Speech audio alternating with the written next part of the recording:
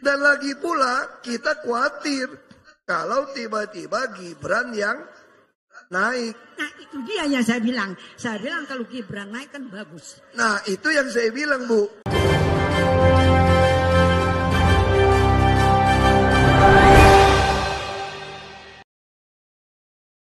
Assalamualaikum warahmatullahi wabarakatuh.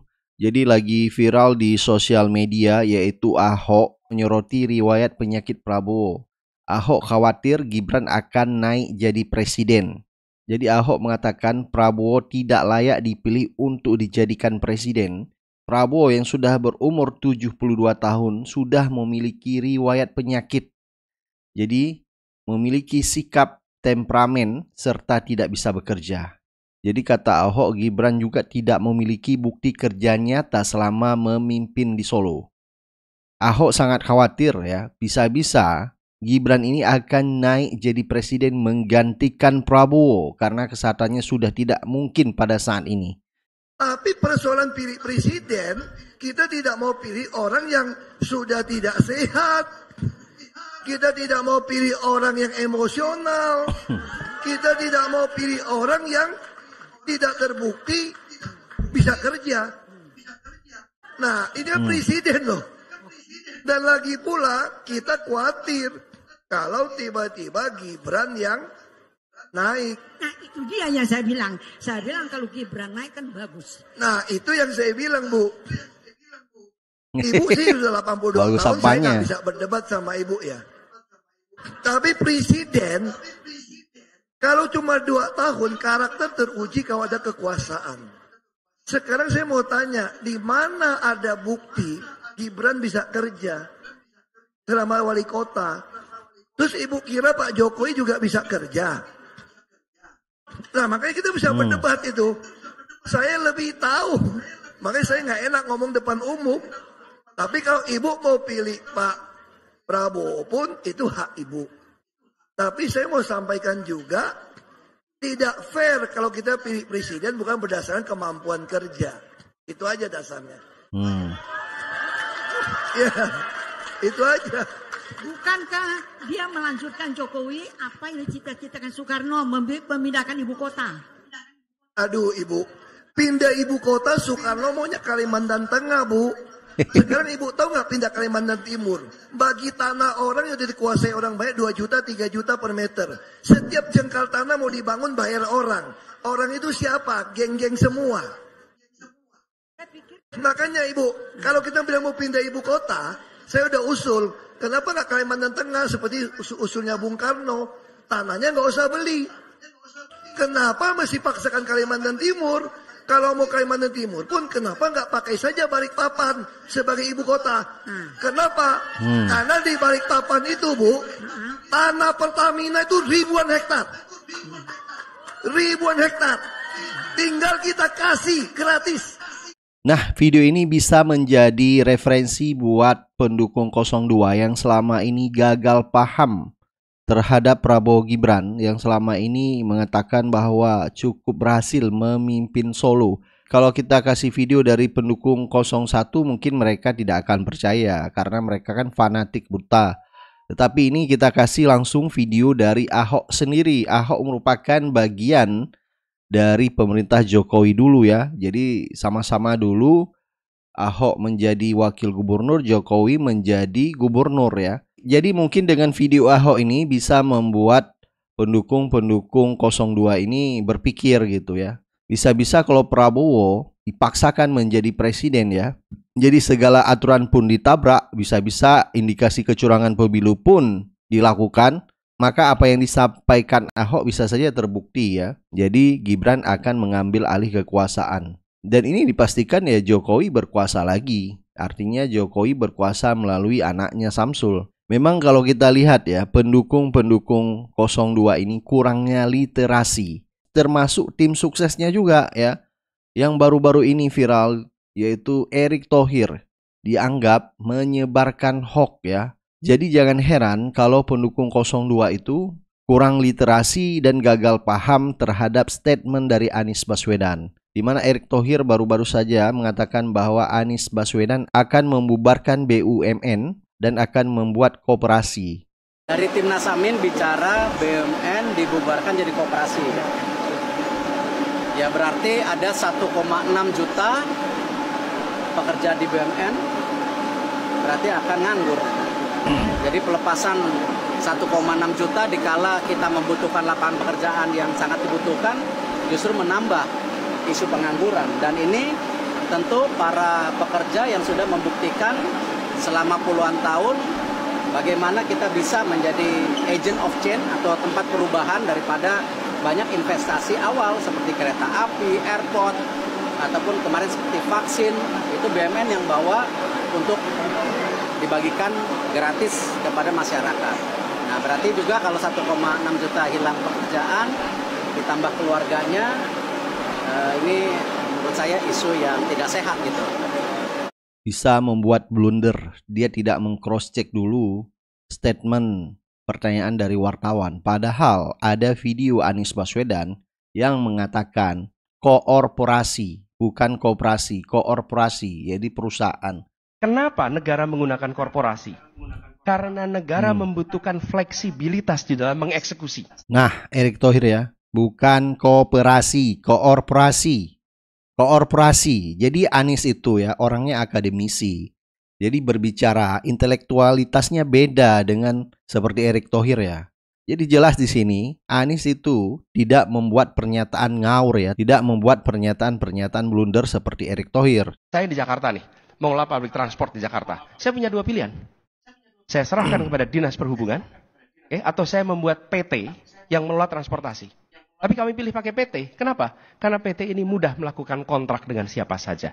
Hiring, firing bisa dikerjakan tanpa terikat dengan peraturan ASN yang rumit.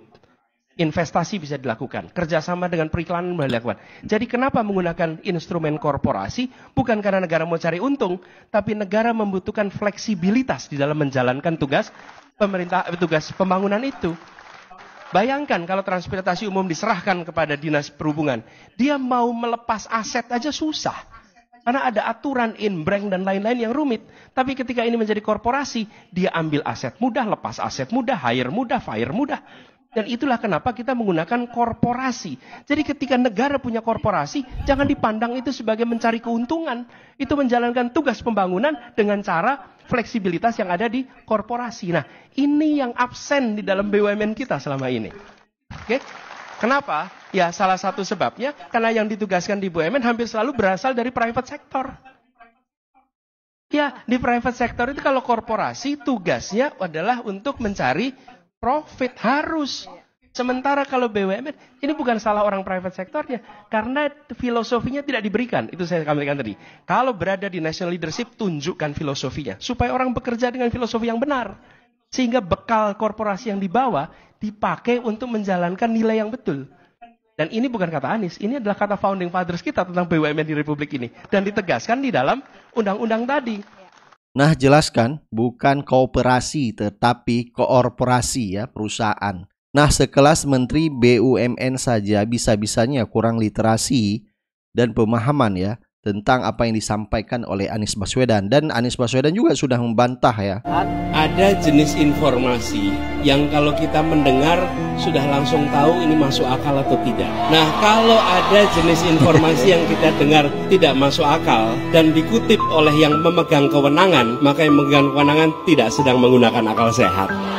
Mana mungkin BUMN dihapus, mana mungkin.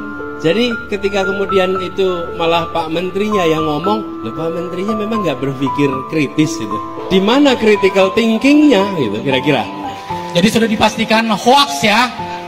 Tuh katanya survei tinggi, kok sebar hoax, yang bener aja, rugi dong. Jadi sekelas Erick Thohir aja bisa nyebar hoax ya. Baik, coba kita lihat beberapa komentar dari netizen atas viralnya video hoax yang disebarkan oleh Erick Thohir ini. Sekelas Erick Thohir yang kuliah di luar negeri, banyak menghabiskan waktunya di luar negeri, banyak berteman dengan orang-orang luar negeri, pun bisa termakan berita hoax, berita bohong mengenai isu BUMN akan dijadikan koperasi oleh Anies Baswedan. Sekelas Erick pun ternyata miskin literasi. Apalagi pendukung-pendukung paslon 02 Jadi wajar mereka itu termakan isu-isu berita hoak, termakan isu-isu fitnah tanpa meng-cross check terlebih dahulu, lalu kemudian mereka menyebarkan berita-berita itu. Wajar, karena sekelas Erick Thohir pun yang kuliah di luar negeri bisa seperti itu. Apalagi pendukung-pendukung Paslon 02. Kalau cinta sudah membabi buta, maka akan hilanglah segala akal logika. Yang dimaksud oleh Anies itu bukan kooperasi, tapi korporasi. Hari ini Bapak Menteri BUMN Erick Thohir, Pak Erick Thohir membuat isu gorengan seakan-akan pasangan Anies Baswedan dan Muhaimin Iskandar ingin mengubah BUMN menjadi milik koperasi. Padahal yang terjadi adalah tim Amin mengundang pakar koperasi eksternal membahas tentang koperasi, dan salah satu pakar koperasi Suroto yang menyatakan bahwa BUMN sebaiknya dimiliki oleh koperasi.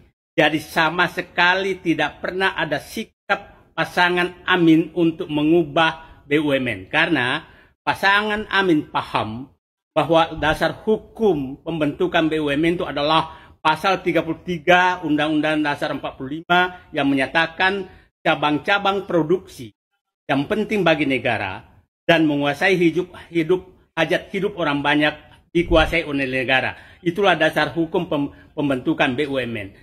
Juga Undang-Undang BUMN nomor 19 tahun 2003 dan Undang-Undang Keuangan Negara nomor 17 tahun 2003. Nah, yang menyatakan bahwa perusahaan yang saham mayoritasnya dimiliki oleh negara itu baru dikatakan BUMN. Jadi adalah sangat naif apabila seorang menteri BUMN menyatakan bahwa BUMN dikuasai koperasi. Saya berharap Pak Erick Thohir berhentilah menggunakan jabatannya sebagai alat untuk bermain politik demi kepentingan politik. Dan isu ini digunakan lagi untuk kepentingan politik yang sama sekali kita tahu bahwa itu bukan isu dari Amin. Kami curiga bahwa ahli koperasi yang bicara tersebut sebenarnya adalah selundupan untuk melakukan hal demikian untuk digoreng. Jadi sekali lagi Pak Erick Thohir, saya berharap Bapak berhenti menggunakan BUMN untuk kepentingan politik Anda. Terima kasih. Assalamualaikum warahmatullahi wabarakatuh. Nah, kita udah langsung dengar ya apa yang disampaikan oleh mantan komisaris BUMN Said Didu. Ini isu yang sengaja digoreng, memframing di sosial media bahwa Anies benar-benar ingin membuat BUMN menjadi koperasi. Ini bukti kekhawatiran dari 02 atas populernya Anies Baswedan di masyarakat atau di akar rumput. Padahal katanya surveinya tinggi, tetapi sekelas Erick Thohir aja berani menggoreng isu-isu seperti ini yang tidak jelas sumbernya. Baik, silakan Anda beri pendapat dan komentar Anda. Kita akan ketemu di video selanjutnya. Assalamualaikum warahmatullahi wabarakatuh.